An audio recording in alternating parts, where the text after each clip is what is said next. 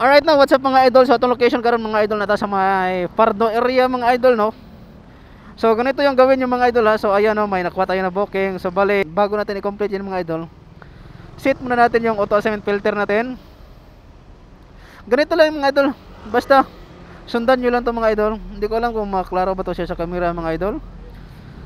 So since kaya tong location is South Cebu area, so itong South Cebu area mga idol ay wag na natin tong i-check. Tapos itong mga malayong lugar ay i-check natin. Basta pag ano yung location mo mga idol ay hindi mo yun isali sa check sa ano sa auto assignment filter. Wag mo yung i-check. And then save. So ganun lang.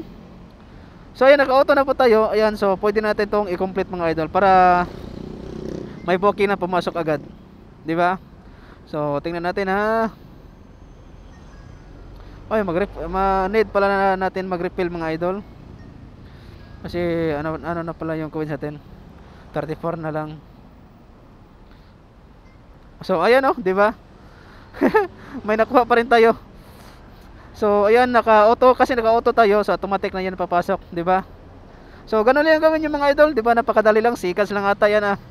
Na bago natin i-complete, hindi pa lang umabot ng 1 minutos napasukan na tayo ulit, 'di ba? Tapos chat natin to. Good eves, ma'am, sir. Padawang ko. Ganun lang. Chat nyo lang yung customer nyo para makita niya na active tayo sa booking.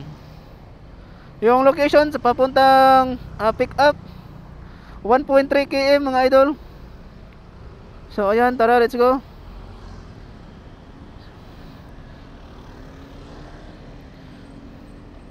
Pag ano yung ginawa ko mga idol, yun lang. Bago nyo i-complete yung booking, i-set up nyo muna yung auto assignment filter para mapasukan kayo ulit. Di ba napakadali lang? Mga ano lang yata yan, hindi yata yun umabot ng 1 minuto. Pag complete natin, napasukan tayo. Di ba? Ganyan kasi ako magbiyahe mga idol. Kaya talagang talaga ako bago ako umuwi, talagang mayroon talaga akong makakumplit talaga ako ng nasa mga 6 to 7 orders sa ano lang, yung part time lang po yun.